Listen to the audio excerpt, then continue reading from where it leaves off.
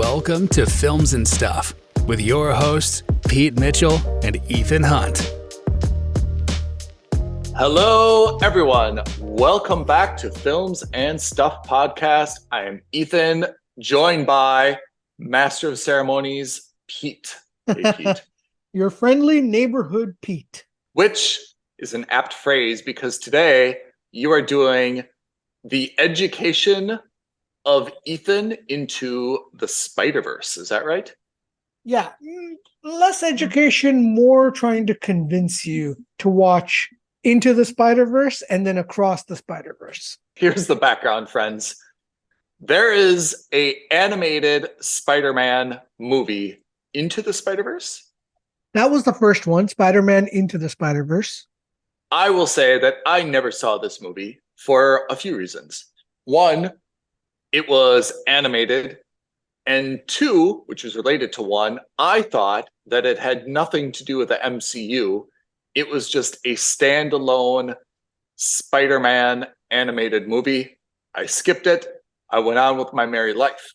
Pete has now informed me that was a strategic faux pas, and especially so because of the new Spider-Verse movie. So Pete is here. There will be spoilers to explain to me what I have missed and convince me why I should go back and watch both of these, right? Yes. So I will just say, I'm not going to give you any spoilers for the current movie, which have just come out, Spider-Man Across the Spider-Verse. Spider-Man Into the Spider-Verse is, if not the best, I would say it is in strong contention for being in the top 3 of the best Spider-Man movies, period. Whoa. Say it again. That's a huge statement. I want to make sure that you are comfortable with that.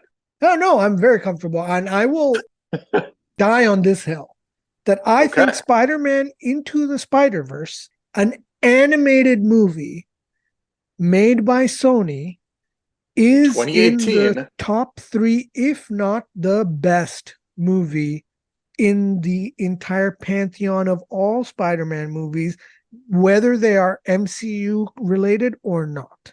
And as we've seen, all the Spider-Man movies are now a part of the MCU. Wow. Let that sink in. It's awesome.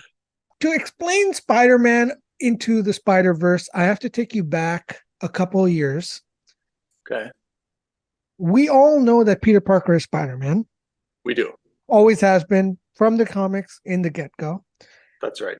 And those of us who are avid comic book readers, and maybe even those of us who watched the cartoons growing up, will remember that Spider-Man has had a very complicated history of other variants of Spider-Man. So, for example, you have Ben Reilly, which is the Scarlet Spider, who is a clone of Peter Parker. Typical comic book complicatedness. You have Spider-Gwen, who is Gwen Stacy from another universe. That universe's version of Spider-Man, and she's dating Peter Parker. Peter Parker dies in her universe. That's her defining moment. Right. You know, we have a far-off future version of Spider-Man called Spider-Man 2099. Again, just trust me on this. Go with me on this. In the last 20 years, Marvel decided that they wanted to refresh Spider-Man. And they did so not by retroactively changing the continuity of Peter Parker, but instead by creating a new character called Miles Morales. Miles Morales is half black, half Latino. I'm not sure what half Latino he is. And he also gets the power of Spider-Man because another radioactive spider bites him. And he gets a power set that's similar, but not the same as the Spider-Man that is Peter Parker. So that's Miles Morales. The core thing you need to know is that in some universes, New York City has 2 Spider-Men. The Spider-Man we all know and Miles Morales. Spider-Man Into the Spider-Verse is an origin story of Spider-Man Miles Morales. So we meet Miles Morales, we learn about his history, we learn about how he becomes Spider-Man, and then it's about him kind of learning his powers. And in doing so, what happens is Kingpin is the main bad guy of that movie. Okay. And in that movie, Kingpin is trying to bring his family back who have died. And so the way he wants to bring his family back is by opening up a hole into another dimension, into another universe, and taking his family from there. And in doing so, he rips the continuity of space and time and creates a scenario where different Spider-Men from different universes come crashing into this current one. Oh, we've seen that before. Right. Yep. So we meet Spider-Gwen, who's Gwen Stacy from another dimension. We meet Spider-Man Noir, who's voiced by Nicolas Cage. No way. Yeah. We meet Spider-Ham, who's a pig that got bit by a radioactive spider and becomes Spider-Man.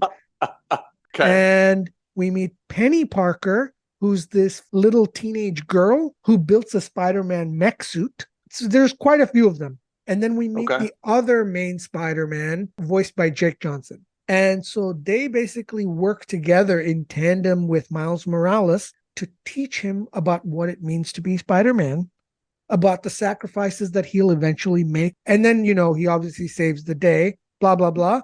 Fantastic standalone movie. Now, not only was the movie really good because the plot was excellent, but what really made it good was the animation was one of the best art styles and animation styles I have ever seen in my life.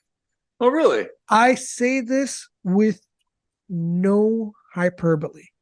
I don't think there is a more stunning, visually amazing movie in an animated show than Into the Spider-Verse. I honestly think that if you watch it, this is Sony Studio. This is Sony. Unbelievable that Sony of all people did this, because Sony has had a very poor track record. They're starting to get better, but even now within this quote unquote Spider-Verse that they're trying to build, their track record is horrible. I was very skeptical when this movie was coming out. I saw it, I was blown away, and I highly recommend it to anybody to watch. Fast forward 5 years later, Spider-Man Across the Universe comes out, and this is the continuation of Miles Morales' adventures, because at the end of Spider-Man 1, every different variant of Spider-Man goes back to their home dimensions, and he's back on his own in his universe in Brooklyn, saving the day as friendly Spider-Man. Okay. First of all, I didn't think it was going to be possible to improve upon the animation styles, but this movie blew me away. I have never taken acid in my life, but after having watched this movie, I think I know what acid would be like in terms of visually. Honorary member. It's so good. It's so impressive what they've done. And because Spider-Man goes into different dimensions, each dimension has a different art style. Oh, that's cool. So when you see a Spider-Man in another dimension, for example, if the dimension is black and white, he'll come in and he'll maintain his own animation style within the black and white universe. Okay. So you see him in his normal colored suit. Exactly. For example. In a black and white background. Exactly. If it's like a world that's all green, he'll be sticking out in his blue and red in an all green world. Okay. Exactly. So it's really well done that way. Honestly, that good. The second thing is, and this is actually my one criticism of this movie. Actually, there's two criticisms, one smaller. The small one is that it's a long movie. It's 2 hours, 20 minutes. Oh, yeah. I don't think it needed to be that long, because at the 2 hour mark, I was like, all right, I'm kind of ready for this to go. And I say that only because visually it's so striking, you get a little bit tired. So that's the first point. The second criticism, and I think this is the big one, and I blame Sony for this, the marketing behind this movie is very misleading. This movie is a part 1 of 2, and you don't know that. Oh, no way. I didn't. It's like Fast X. It's like Fast X, but at least in Fast X, we knew that because they made that very clear from the get-go, that this movie is the beginning of the end of the finale, and the story isn't complete with this movie. In Spider-Man, however, they don't tell you that. I don't remember in any of the trailers them implying that this was going to be part 1 of 2. Is that really wrong? What's your damage? So in Fast X, it's wrong because the movie was not complete. Yeah. In this movie, I say that it's a little bit wrong because I got caught unprepared for that, right? So I was a little disappointed because I wanted it to resolve. You were not emotionally prepared. Here's where this works in their favor. One, Yeah. the second movie's coming out in March, so there's not much of a wait. Yeah. I think they kind of wrote and filmed the movies back to back. Okay, Yeah. so that's the first advantage. The second advantage, and this is going to, I think, really resonate with you, but this movie is like Empire Strikes Back. It really builds upon the characters that we learned about in the first movie. Yeah. And even though, like in Empire, the movie ends with a somewhat of a cliffhanger, and we all understood that there had to be a third movie after that.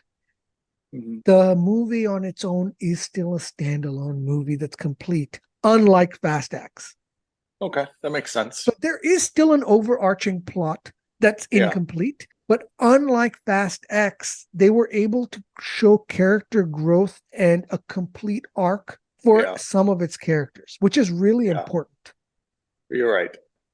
I have a sneaking suspicion that if they're able to maintain the quality in the third movie, this is going to be one of the best all-time trilogies of any movie we've ever seen, period. Wow, that's just incredibly high praise. I'm so disappointed I haven't seen the original Into the Spider-Verse. I absolutely need to see that this weekend. And maybe I don't even across blame you because a lot of it comes down to the fact that Into the Spider-Verse is animated, and even with Pixar helping as much as they have, animated movies, at least outside of Western Europe and North America, haven't really broken out of that mindset that animation is for children. So in the film hall I went to, in the cinema, I think I was the only adult who was there on his own to watch the movie. Every other adult there was chaperoning their kid. I think you said that was the case for one other movie that you and I saw recently. Super Mario. Yeah, Super Mario. Yeah. The things we do for this podcast, listeners. Honestly. So Pete is really putting himself in risk. Yeah.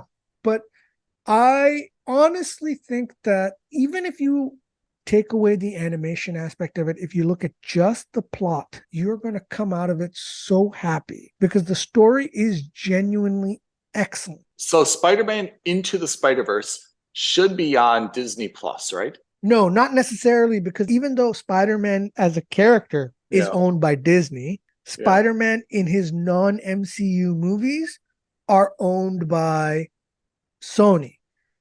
So where would I watch this? Netflix. Hilariously. Oh, it's on Netflix? I saw it on Netflix here. What's interesting, and you've raised a great point, is that Into the Spider-Verse was kind of like Sony's, we're going to make a Spider-Man movie on our own. It's not going to be a part of the MCU. That's fine.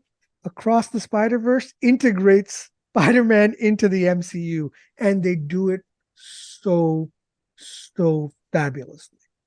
But does that mean that Sony needed permission from Disney for the other MCU characters, or they don't like show characters, they just talk about like plot where it's inferred? They don't show characters, they only show other Spider-Man people. I don't want to spoil the cameo because when I saw it, I almost did a spit take because I didn't see it coming. That's how good it was. So, but just don't spoil then, but do you think when Disney saw this movie, they're like, WTF, I can't believe, or you think they're okay with it? No, they have to be okay with it because, again, even the Spider-Man MCU movies are actually made by Sony in conjunction with MCU. That's how when you see the movie logo here, it says in association with Marvel. So I feel like you have achieved your goal, which is to convince me that I must see Into the Spider-Verse and I must see Across the Spider-Verse. You know, the two-part movies, which are now becoming the norm and not just the exception. I guess I'm okay with this with a few caveats. And the first one is, when did we see Dune together? We saw Dune in 2020, 2021. Yeah, we saw it 2 years ago in November. 2021? 2021. I mean, I have a problem that it takes 2 years for the next one to come out. I think the unofficial rule should be maximum 12 months. And to be honest, I'd really like it to be 6 months. That was a special case. I think Warner Brothers said, because remember, this was at the height of COVID and they didn't even know they were going to make this simultaneous releases, not just in cinema, but also on HBO Max. Yeah. So I think Warner Brothers basically said, we're going to give you the budget to make one of these movies. If it's commercially viable, we'll give you the budget to make the second. That's why they didn't film it back to back. Yeah. I agree with you. And that's the advantage again for this movie. So from what I understand, Spider-Man Beyond the Spider-Verse comes out in March. So it's less than 12 months. Yeah. I mean, that's the disappointment I have is that I would really like to see, I guess if you're using like US showtimes, you'd have kind of like the December holiday part 1, and then you'd have kind of like the summer July holiday part 2. I mean, just to keep kind of the momentum. 12 months I can live with, but like 2 years, to be honest, I'm a little bit fuzzy about Dune 1. I should probably watch Dune 1 again. I understand the big picture, but just remind myself. Yeah. And who is the director that we recently spoke about for the show with kids? And he said I had to make parts 1 and 2 at the same time because I didn't want this thing to be like Stranger Things where the kids are 5 years older when the story is kind of the next day. What? Oh, you know what it was? It was Avatar, right? Oh, it was Avatar. You're absolutely right. James Cameron. Because Stranger Things, which kind of takes place like within a few weeks, right? Every season is kind of like one contiguous. Summer after another max. Yeah. The kids, God bless them, Dustin is starting to look like he can buy beer, you know? God bless child actors. As a kid, all you want to do is look and be older as a kid, right? As a kid, your only complaint and your only stress is, I'm not old enough. I want to be older. The rest of your life, all you want to do is be younger, you know? Yeah. And I think that if you take that away from kids and you're like, oh man, that kid's starting to go through puberty. He's starting to get facial hair. He's starting to, you know, break out. Like, man, talk about adding like a second unnecessary layer of stress to a kid's life. Absolutely. Know? But yeah, I think that's why Cameron said for Avatar, because there's kids in there. He's like, I've got to film these back to back. I'm not going to have a thing where, you know, I have part 2 and the kids are like dramatically older. That's not what this is about, you know? Yeah. That's the benefit of animation. You never have people age out. For Spider-Man, here's what I say to you for these series of movies. Say it. Commit to watching at least a half hour of Into the Spider-Verse. Yep. If within that first half hour, the animation isn't special enough that it's grabbing you, or the story isn't good enough that it's grabbing you, I think you can just kind of like skip it. I think you'll be fine. But that's how confident I am that within the first 30 minutes, treat this as you would a stream or skip episode. I think you're going to absolutely smash through that first movie. Okay. And then go to the cinema to watch Across the Spider-Verse. Okay. I told Ethan offline, the biggest regret I have about our top 10 predictions isn't even the fact that I only have 9 because I made a mistake. It's actually that I didn't put Spider-Man in my top 10. It's got to be a pretty big mistake where you're like, my biggest mistake isn't that my top 10 only has 9. Yeah. That's my biggest regret, is that I put Spider-Man Across the Spider-Verse as an alternate, but I think based on how good this movie was, I think it actually should be on my top 10 list. And I wouldn't be surprised if it's in the top 5 of the blockbuster summer. Should we take this opportunity, based on that very bold proclamation, to revisit our top 10 list? I mean, we've had 2 big ones. We've had Guardians of the Galaxy, Volume 3. We've had Fast X, Volume 1. We have The Flash next weekend. Oh, man. Then we've got a bunch of releases in July. Yeah. August is a bit dry. The big ones were really Mission Impossible. Flash, Mission Impossible, Guardians, and Fast X. Those are kind of like the big 4 that we all thought in some configuration we're going to make up our top 3, right? Yeah. Mission, Fast, Guardians, and Flash are the top 4. They're the shared top 4 between us, just in different orders. Yeah. And then everything else becomes a little bit of a crapshoot. Yeah. I mean, so Flash is next weekend. Flash is next weekend. So that means, I wonder if it's coming out in Dubai on a Wednesday or a Thursday. I have to see that opening night. And I have to say, I am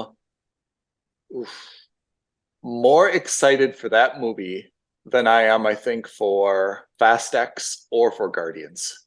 Not for Ant-Man. I was more excited for Ant-Man 3, although that just took my hopes and dreams and crushed them under a purple cape of domestic violence, Kang the Conqueror. But I'm super excited for Flash.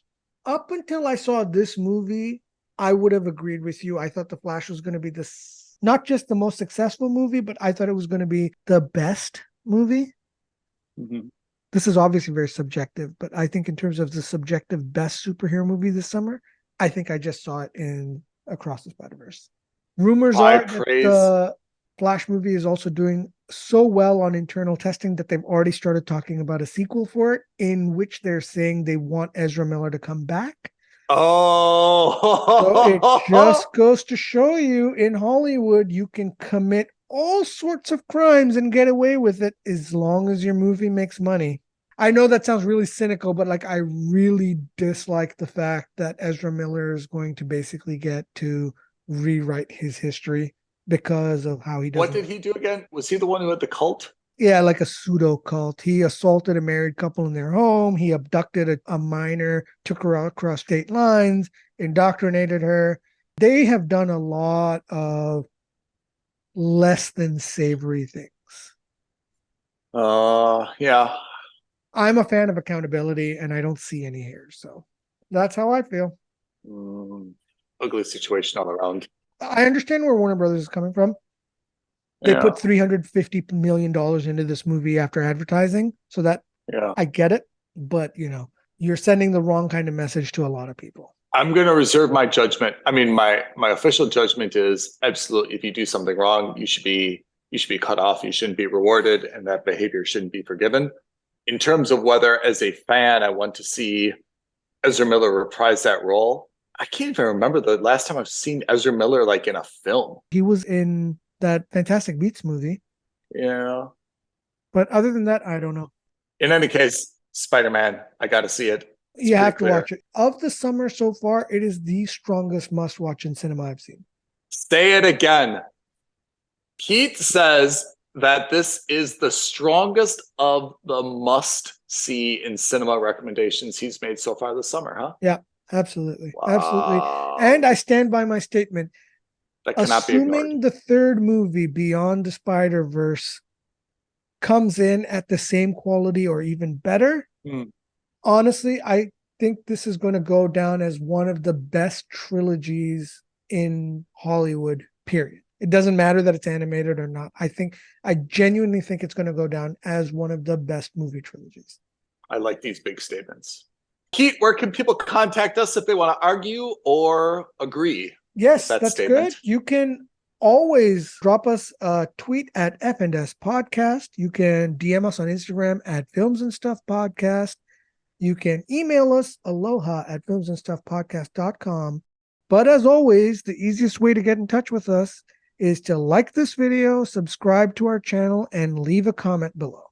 Indeed. Listeners, thank you. Pete, this episode was all you. You did the heavy lifting so that I didn't have to.